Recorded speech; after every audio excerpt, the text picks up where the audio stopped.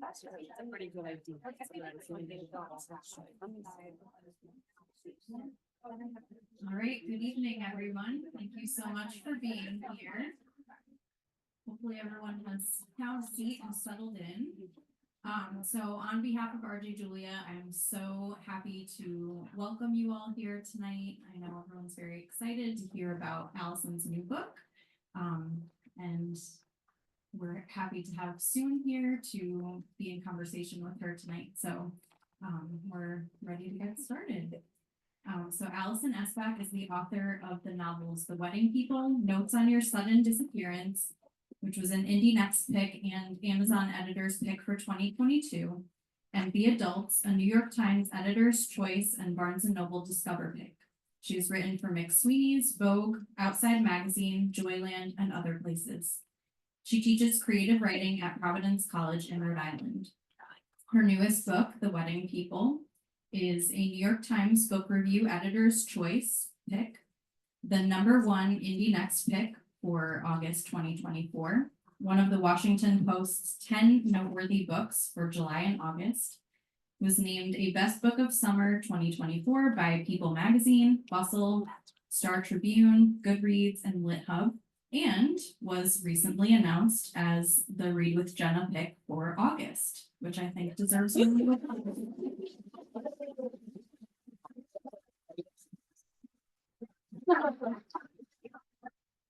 In a starred review, Booklist said, "The Wedding People is so much more than a funny story, though it is very funny." Espach has penned a keenly observed novel about depression, love, the ways women make themselves small, and how one woman got over it. Fully realized and completely memorable. She is joined tonight in conversation by Soon Wiley, who is a native of Nyack, New York, and is the author of the critically acclaimed novel When We Fell Apart. His second novel is set to be published in the spring of 2026. He currently teaches literature in the upper school at Greenwich Country Day School, where he serves as chair of the English department. He also periodically teaches creative writing at the Westport Writers Workshop. He resides with his family in Connecticut. So without further ado, please welcome Alison and Sue.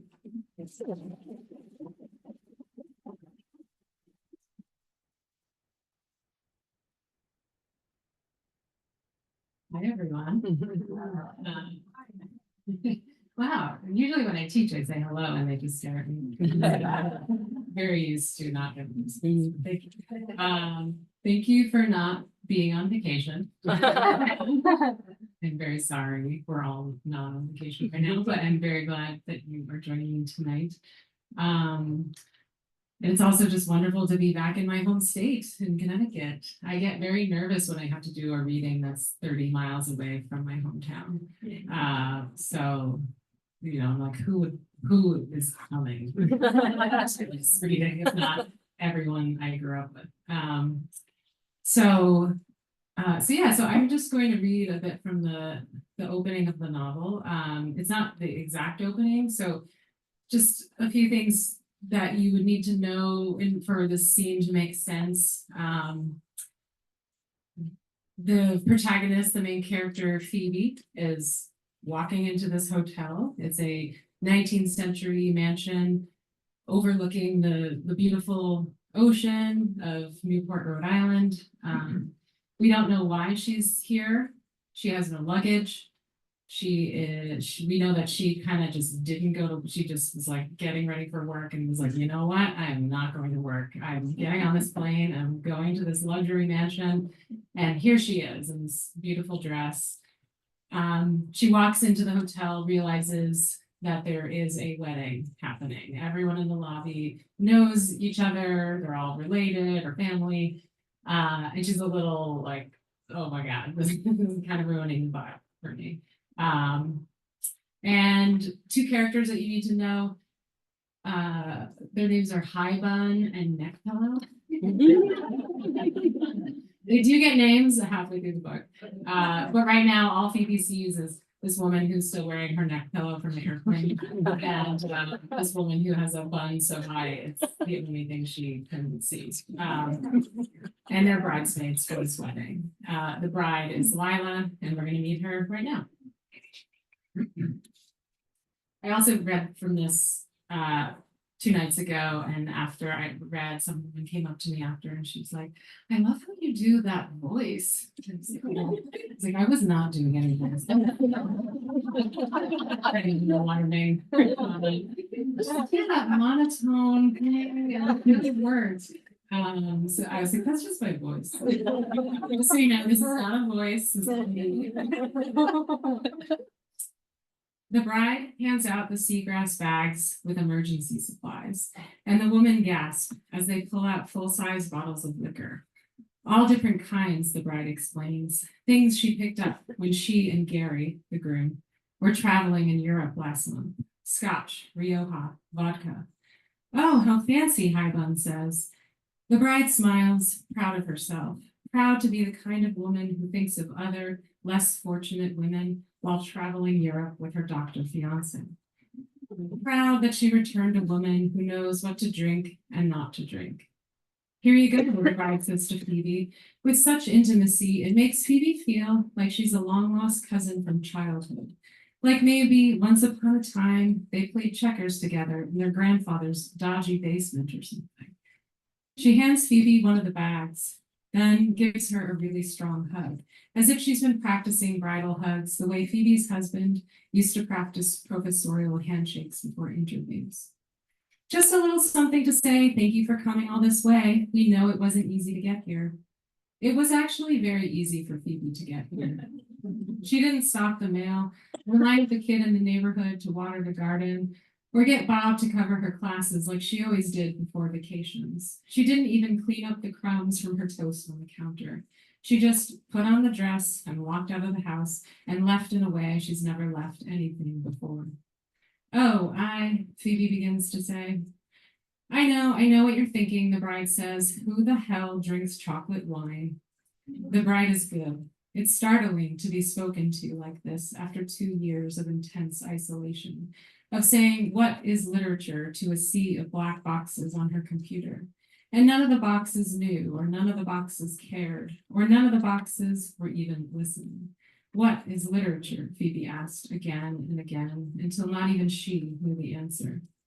And now, to be given a hug and a bag of chocolate wine for no reason, to be looked in the eye by a beautiful stranger after so many years of her husband not looking her in the eye, it makes Phoebe want to cry. It makes her wish she were here for the wedding. It's better than you think, the bride says. Germans love it, apparently. So I'm just skipping a little bit. She checks into the hotel. She's on her way to the elevator. Phoebe walks into the elevator and feels relief when the doors start to close. Finally, to be getting away from these wedding people, to be doing something for a change, to have a key to a place that is not her house. Hold the elevator, a woman calls out. Phoebe knows it's the bride before she sees her. She yells like she deserves this elevator, but nobody deserves anything, not even the bride. Phoebe presses the button to close the doors, but the bride slides a hand between them. They don't bounce open like they're supposed to. Maybe because the Cornwall was built in 1864. An old hotel has no mercy, not even for the bride. Fuck, the bride shouts. I feel weird saying this even as a 4-year-old. Oh God, Phoebe says. She pries the doors back open, then stares at the bride's hand in disbelief. You're bleeding. The bride holds up the gash across the back of her knuckles like a child and takes the tissue Phoebe offers without saying thank you. Phoebe presses the button and the doors close again. The women don't say anything as the bride politely bleeds into the tissue and they begin to ascend. Phoebe hears the bride try to steady her breath, watches the tissue darken. I'm really sorry, Phoebe says. I didn't realize that would happen. Oh, I'm sure it'll be fine, the bride struggles to say. She clears her throat. So, are you in Gary's family? No, Phoebe says. Are you in my family? You don't know who's in your own family? Phoebe asks. I have a very large family, the bride says, like it's a problem. Well, I'm not in your family, Phoebe clarifies, but you have to be in one of our families. No, Phoebe says, I'm not in any family. It had been a crushing realization, one that started slowly after the divorce and got stronger with each passing holiday.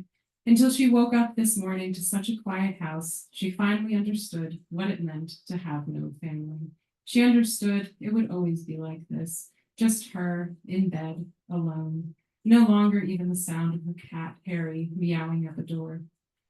But everybody's here for the wedding. I made sure of it, the bride says. This has to be some kind of a mistake. The bride says it as if Phoebe is the big nightmare she's always been dreading. Phoebe is something going wrong at a time when nothing is supposed to go wrong. Because every little thing during a wedding has the power to feel like an omen, like the high winds through the park that flipped over the paper plates and sent a chill down Phoebe's spine on her own wedding day. We should have gotten real plates, she thought, something with weight and substance. There's no mistake, Phoebe says. This is Phoebe's happy place, the place Phoebe has chosen out of all the possible places. How dare the bride make Phoebe feel like she's not supposed to be here? But if you're not here for the wedding, then what are you here for? The bride asks in a much lower pitch, as if her real voice has finally emerged. Because now, in this private space with a person not attending the wedding, the bride doesn't have to be the bride. She can speak however she wants, and so can Phoebe. Phoebe is not high bun or neck pillow. She is nobody. And the only good thing about being nobody is that she can now say whatever the fuck she wants, even to the bride. I'm here to kill myself, Phoebe says. She says it without drama or emotion, as if it's just a fact, because that's what it is. She waits for the truth of it to stun the bride into an awkward silence. But the bride only looks confused. What did you say? The bride asks. I said, I'm here to kill myself, Phoebe repeats, more firmly this time. It feels good to say it out loud. If she can't say it out loud, then she probably won't be able to do it, and she has to do it. She's decided. She's come all this way. She feels relief as the doors begin to open, but the bride presses the button to close them. No, the bride says. No, no. You definitely cannot kill yourself. This is my wedding week. Your wedding is a week? Well, like 6 days if you want to be technical about it. That's a long wedding. A week is actually pretty standard now, the bride says, with a tone that makes Phoebe feel old. And people are coming a long way to be here. But Phoebe doesn't care. This is the most important week of my life, the bride pleads. Same, Phoebe says. Phoebe presses for the doors to open, but the bride closes them again, and it makes Phoebe angry, the way she gets only when she's stuck in traffic on the way to work. All those taillights ahead made her want to scream, and yet she never did, not even in the privacy of her own car. She was not a screamer, not the kind of woman who ever made demands of the world, did not expect the streets to clear just because she was in a rush. She was not like the bride, who stands so entitled in her glittering sash, like she's the only bride to have ever existed. It makes Phoebe want to rip off the sash, whip out her own wedding photo, show her that she had been a bride once, and brides can become anything, even Phoebe. But then the bloody tissue falls to the ground. As the bride picks it up, she lets out a half sob, then looks at Phoebe as though her entire life has already been ruined. Please don't do this, the bride begs, and it gives Phoebe that feeling again, as if she knows her, like the bride is asking from one cousin to another.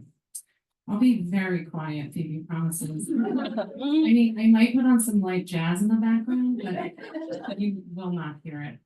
Are you joking? Is this a sick prank or something? Did Jim put you up to this?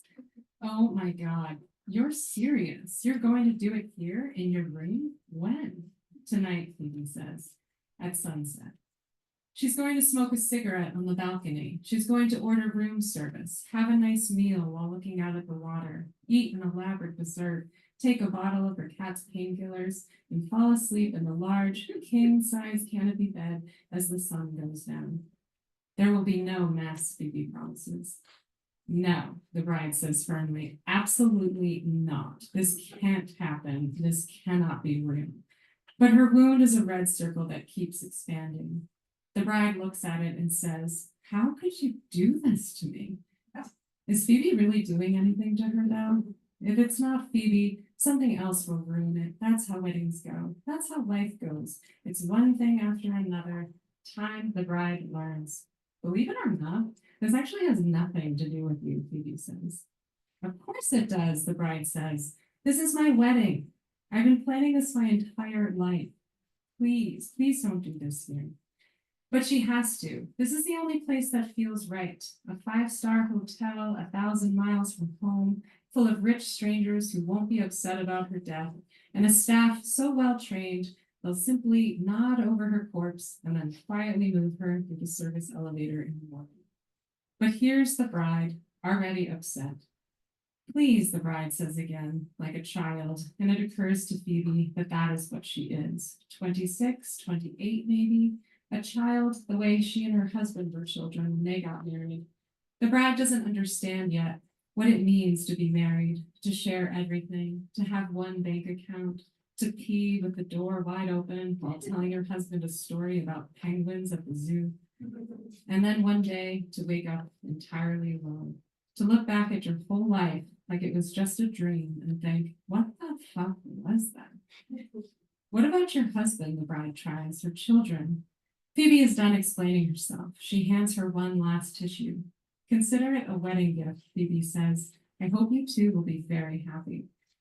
The doors open, the top floor. Phoebe is finally here, but of course, it doesn't really matter where she is. She can be on the top floor by the ocean or in the small bedroom of her house. There is no such thing as a happy place, because when you are happy, everywhere is a happy place. And when you are sad, everywhere is a sad place.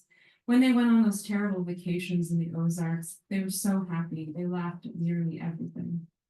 Lila, Highbun shouts from the end of the hall. There's no escaping for either of them. The bride flattens out her dress, prepares herself to be the bride again, but then spots a red dot on her head. Is that blood? She asks Phoebe.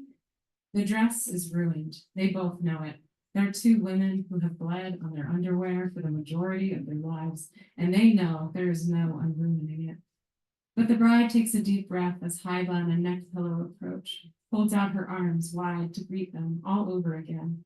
Phoebe wonders how many times tonight the bride will have to do this. We're on the same floor, Highbun says, while Neckpillow eyes the gash on Lila's hand but says nothing. What room are you in? Lila asks. The Gloucester, Highbun says. Is that how you pronounce it? I think you're supposed to say Gloucester, Neckpillow says. Phoebe begins walking down the hall, leaving the bride fully caught in the web of her wedding, the one she spun for herself as a small girl, dreaming of this moment. And will Highbun and Neckpillow remember her tomorrow morning after her body is removed? Will they think, is the dead woman that one we saw you with in the elevator? Or will they only remember seeing the bride? The hall gets darker as she goes, lit up by only one perfectly placed copper sconce.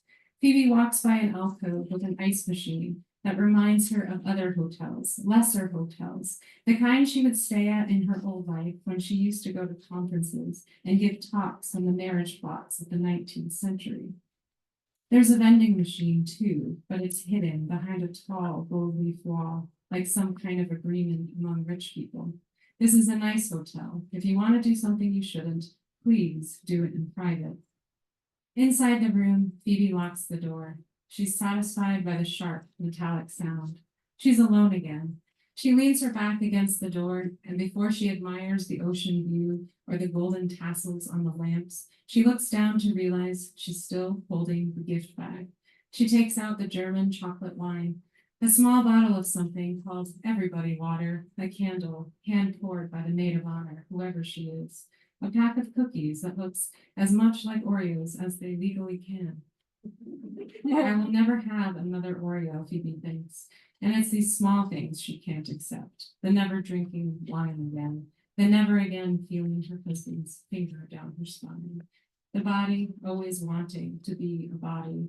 She opens the German chocolate wine and takes a sip.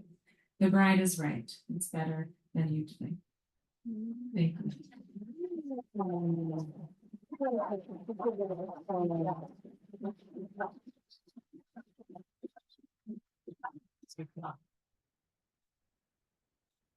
Thanks for that reading. I think we get a great sense of Phoebe as a character, and she is such a memorable character. She's someone that stays with you. Someone who I think at least her voice kind of stuck with me long after I finished. So I'm wondering, how did you come to her as a character, or maybe, and also how did she change and evolve as you kind of started writing? Well, thank you for saying that. Last few weeks stayed with you. I started writing this actually while I was writing Notes on Your Sudden Disappearance, my second novel. And those of you who know me know that it took me about 11 years to write that book.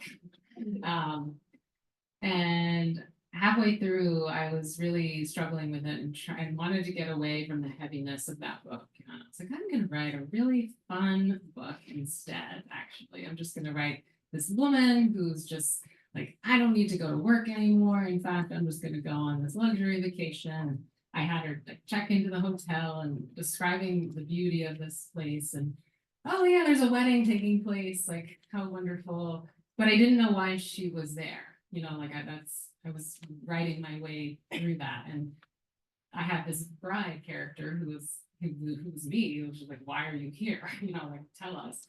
And I wrote, I'm here to kill myself. I was like, no. This is a fun book. This is your happy book. This is like, so I actually abandoned it for a couple years. Because of the guy just that's not what this was supposed to be. And so, but she just stayed with me. I don't know what it was exactly. I just once I had this idea of this woman who is just the embodiment of sadness, like walking into this hotel that is entirely reserved for happiness. I just wanted to know what she was going to see and like what she was going to report from that place. And so, and then I also wanted to know like how a hotel full of strangers, right? How are they going to affect her, and how are they going to make her rethink, you know, who she was and sort of why, you know, make her rethink like why she came there. So yeah, so you know, I really having the bride and having Phoebe at odds with each other was like the main kind of core component to this book, and that's what got me through writing the first half. But the second half, I was like, oh, well, I wonder how they're similar actually, and you know, like what they keep being drawn towards each other. And it occurred to me that there are two women who are experiencing like huge moments of transition in their lives. There are two women who are about to make very permanent decisions. And there are two women who for whatever reason feel like they can't be honest with the people in their actual lives, right? So running into a stranger is this big relief, like, oh, you don't matter to me. I can tell you anything, you know, it doesn't matter. So that's kind of how Phoebe changed a little bit.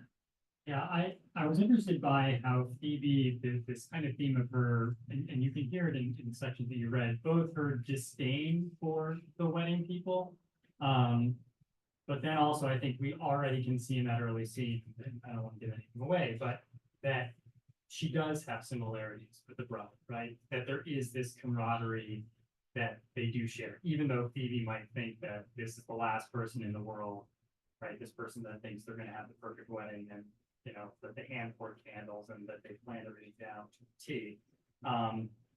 And yet they do kind of share this bond, right? Even though neither of them, I think, would admit to ever that being possible. Right. Yeah. Yeah, because I mean, Lila is planning this like perfect $1 million wedding and is obsessed with every little detail, including Phoebe not being like, she's not, you know, not okay. But Phoebe's planning the perfect death. Like she has it, like just everything has to go according to plan, and of course it's not, because there's no room service because of the wedding, and so she's like, I'm gonna die hungry. So and then she starts hearing the speeches from outside. She's like, I can't die while like cousin Ginny is like so they both have these like perfect visions of how something's supposed to go, and it's not going that way. And to me that's sort of like what the similar, I mean, they're in such different places, but it's really just more about like this perfectionism. having a very narrow vision of how the day is supposed to go or how life is supposed to go. Yeah, one of the more kind of the thing I love the most about this section that you read, and it's apparent throughout the book, is the balance between kind of tragedy and comedy, or darkness and lightness. And in this section as well, death is kind of this ever-present theme, right? So we have Phoebe's mother died when she was younger. We learned that Lila's dad has passed away. Lila's mother doesn't want any of the artwork in her hotel room because it reminds her of death. They're like these creepy bird paintings that she just removes and puts them all. Yeah, and I was wondering how you, and maybe this is a difficult question to answer, but you kind of expertly weave those very comedic kind of moments with real kind of tragedy, and whether that was something that you were conscious of as you were writing, or if it just kind of naturally, you know. I think I'm just always doing that in life. I mean, you probably tell already. How do I make it clean? But I do think that the two go hand in hand. I mean, I think nothing is ever just wholly sad, and nothing is ever just wholly wonderful and hilarious, right? I mean, I think they feed off of each other.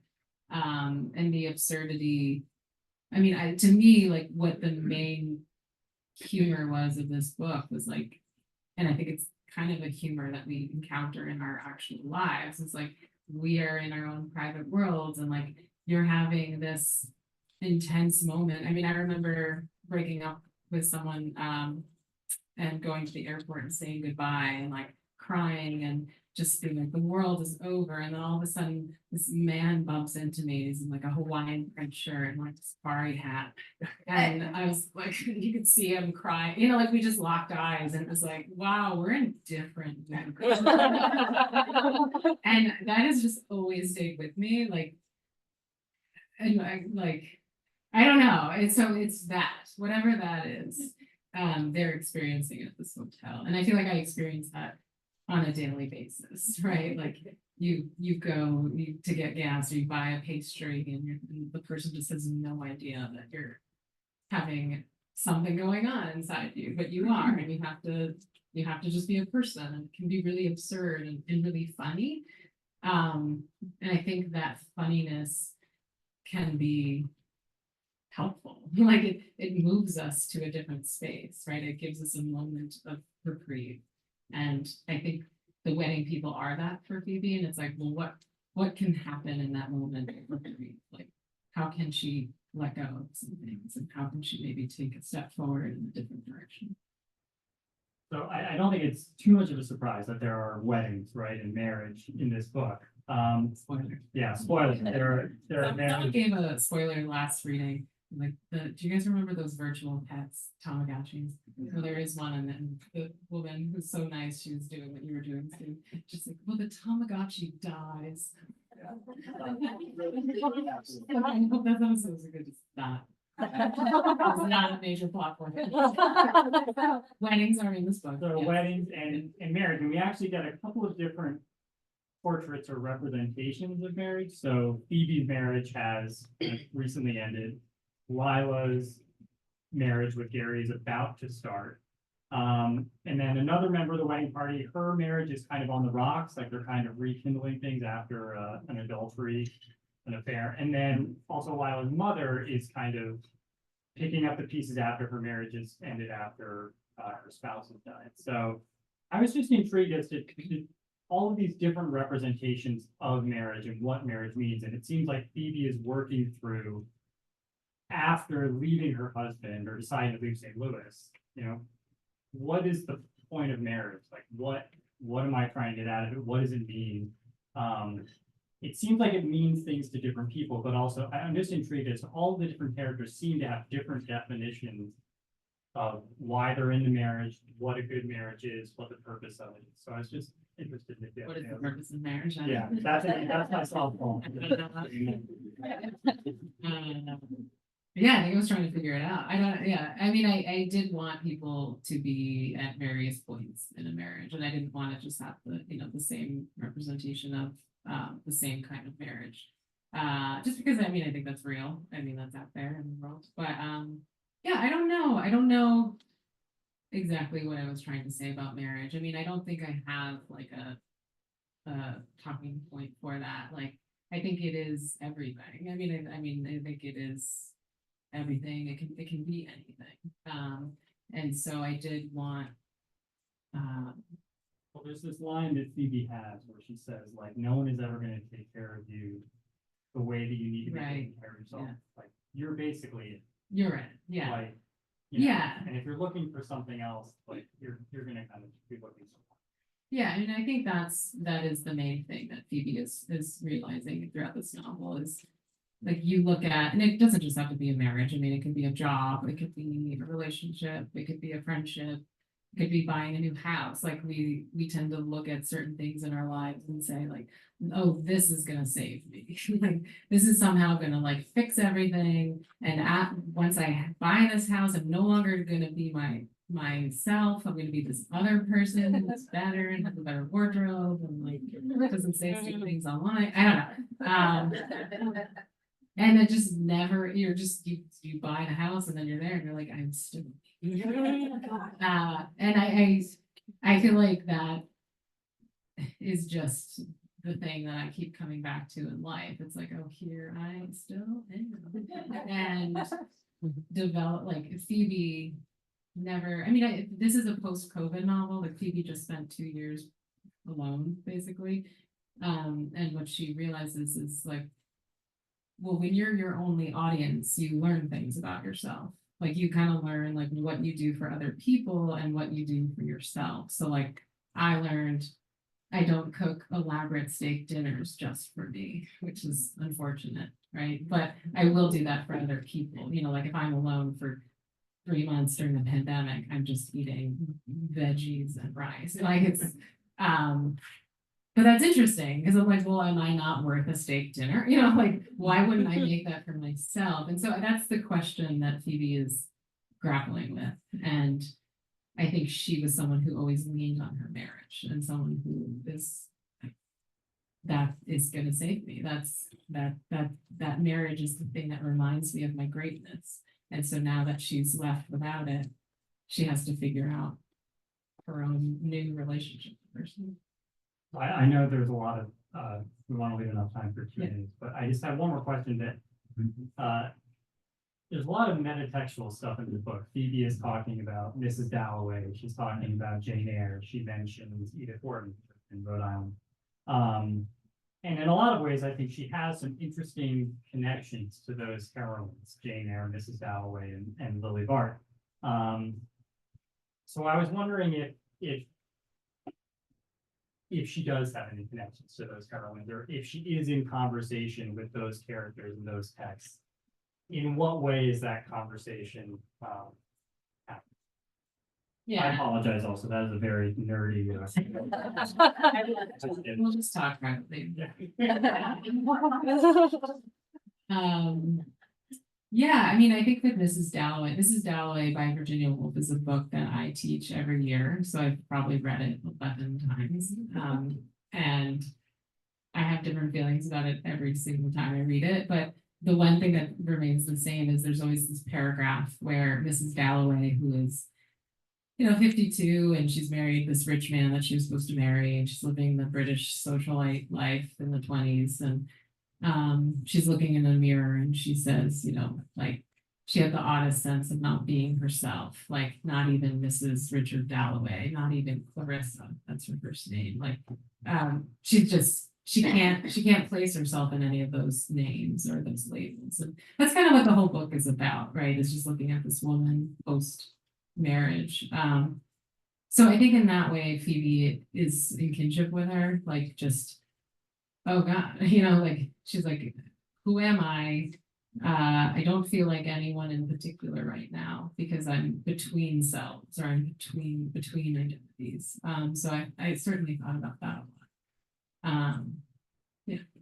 Yeah, I mean, there's that moment where she's at Edith Wharton's house, right? And she thinks, like, okay, when she was here, she hadn't done all of the wonderful, amazing things, so if she could achieve it, maybe I can gain some sense of self eventually.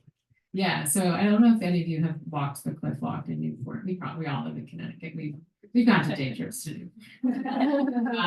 Edith Wharton's house is like at the very, very, very end, but you have to like illegally like get there. And I was so excited. I was like, oh my God, I can't, like, why does no one talk about this house? They always talk about the Mount. Her house in Massachusetts is like the house where she did all the great stuff. So I went and I Googled and it's just like the owners are just people from Connecticut. And it's just, it's not a museum, it's nothing. And so I just thought a lot about that, like Edith Wharton being kind of unhappy there in her marriage and having no idea what she was about to do. Super unhappy. Super, yeah, And like, unsatisfied. and actually, I think the area was called the End or something, I'm forgetting, but like that, because it was like a little peninsula. So it just, that to me was fitting. It's like, you have no idea. Like, we think we're so good at like predicting where our lives are going and what we're about to achieve or not achieve, and we just aren't. Yeah. Great. Should we open it up for Great, we're clueless. Keep chugging along. Yeah. Should we open it up for Q&A? So how does the whole read with Jenna process work? Like, do you apply? Does she just get a bunch of advanced copies? Like, when did you find out? How does that work? I did not apply, man. It would be a hard application. I found out from my publisher. Yeah, so the publisher kind of takes care, they have a selection of books that they send to the book clubs. And which I'm assuming they did with my first 2 books. I don't and so I don't really know. I mean, I'm just sort of on the receiving end of very nice emails of like, you got it. And I don't ask too many questions, but yeah, I found out a bit ago, and yeah, it's just been sort of, oh my God, just trying to calm down and just like, get a good night's sleep before you're going on the Today Show. Read half a cookbook the night before. So calm down. Just read boring recipes. You will fall asleep. Yeah. Congratulations. Thank you. Yeah. It influences my writing a lot. I mean, I think it's very helpful to listen to the criticism you give other people. Or it's very, a lot of my students, when they, they're truly beginning writing students, right? So they turn in these short stories and there's always something kind of amazing about them. They've got that like fresh student energy voice, whatever that is, that I've maybe lost, I don't know, but they so often like do the thing that students do, which is like wrap it all up, right? Like, and sometimes at the end of every paragraph, like, well, that's why Marge feels that way. Yeah. That's why they did that. And just reading like a million of those, I'm like, okay, yeah, you don't do that. And you just learn it on like a body level, you're just like, no. So it really helps me be a much better editor of my own work. Because yeah, it's hard when someone says that to you. You're like, no, it has to be there. Like, otherwise, how are you going to know what Marge is feeling? But when you see it in someone else's work, you just know, okay, you'd be better off if you just got rid of that. And so I just have learned over time to trust the voice, like almost like my teacher voice. Like, what would I say to my student if I were reading this? And they just sometimes just remind me of how amazing it is to read and write. I mean, I think, teaching is like any job. You can get a little like automatic where you're just like, here we go, this is what I do. And especially now you're competing with phones and you're competing with tech, like they kind of want to be there, but they also really don't want to be there. So I I get really self-conscious when I go in. I'm like, guys, like reading's cool, and I'm gonna show you how fun this is,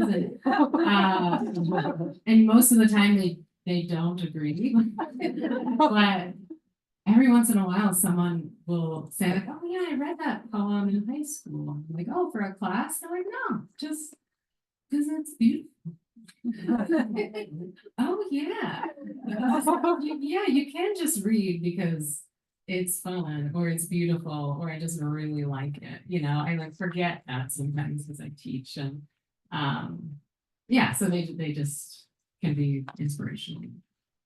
Can you share a bit about an adult or a person in your life that inspired you, maybe a teacher? Well, we are just fortunate enough to have one of my teachers here, Mrs. Marion.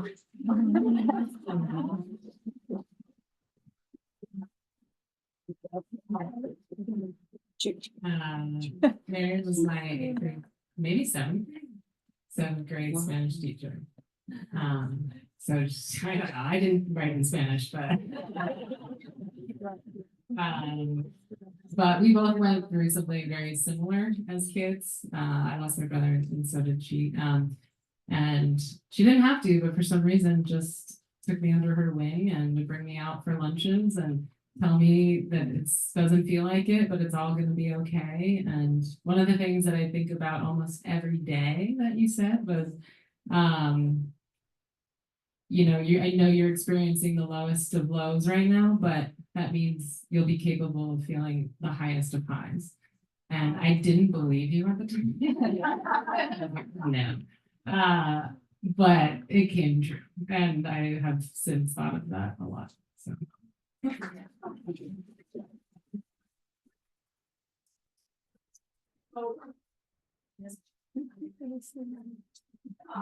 It's just so wonderful to see Alison have the success and joy, and it just means so much. But I have to say, I was older, and you were just 13, and the whole thing was that I experienced it at the same time, but I got healed talking with them. And that's what life and going back and forth is. So it's a pure pleasure. But then another great thing happened is I taught at one middle school in our town, and then my daughter's named Paige was the other.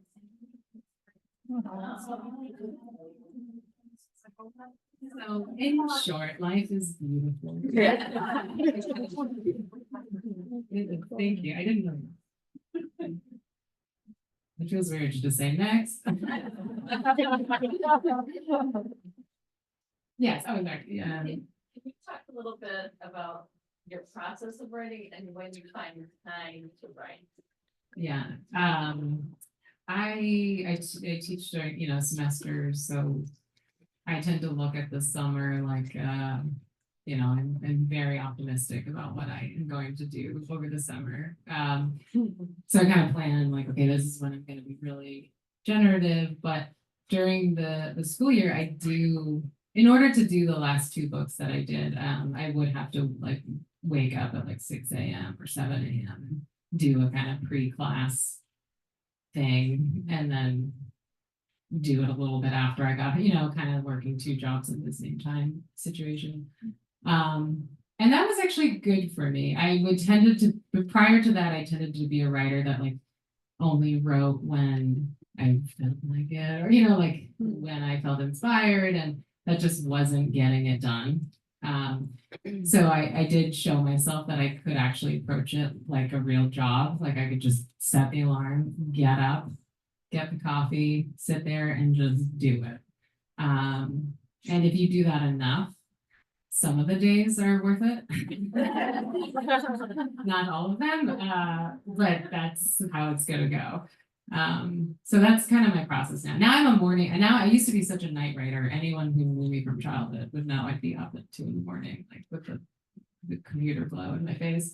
Now I need to just get up, speak to no one, cannot open my email. If I see anything from Bank of America, it's like cannot write. And just have to write from the dream place, kind of, and then usually that gets me like an hour or two. One more question. Uh, Will this, your book be required reading with the students? No. It's too long, unfortunately. Yeah, I'm teaching an introduction to fiction class, so I feel like that's like maybe not intro. Well, part B is that, are they aware that you are? This is a good question. Some of them are, some of them are not. Some of them are, you know, very cute, big fans, read everything, come to my office, want to talk about it. It's the dream. It truly is the dream. Some of them, I remember saying something about my novel to my last class, and one of the guys was like, "Wait, you write novels?" It's like, you're in an advanced fiction. Why did you want me to teach you? Like, why do you trust me to say things? He didn't know that I did. But so yeah, it's really a mixed bag. But they are always so impressed by that. Like if you tell them you're a published author, you know, anyone but your family has read your work. That's amazing. Question. I'm the mother of a bride next month, and I think I have all the rooms where we're going. A horror story? Really depends. I think you'll be laughing, but maybe she should read it after. Maybe after. Maybe for the honey, yeah. Yeah. Maybe after. Maybe after.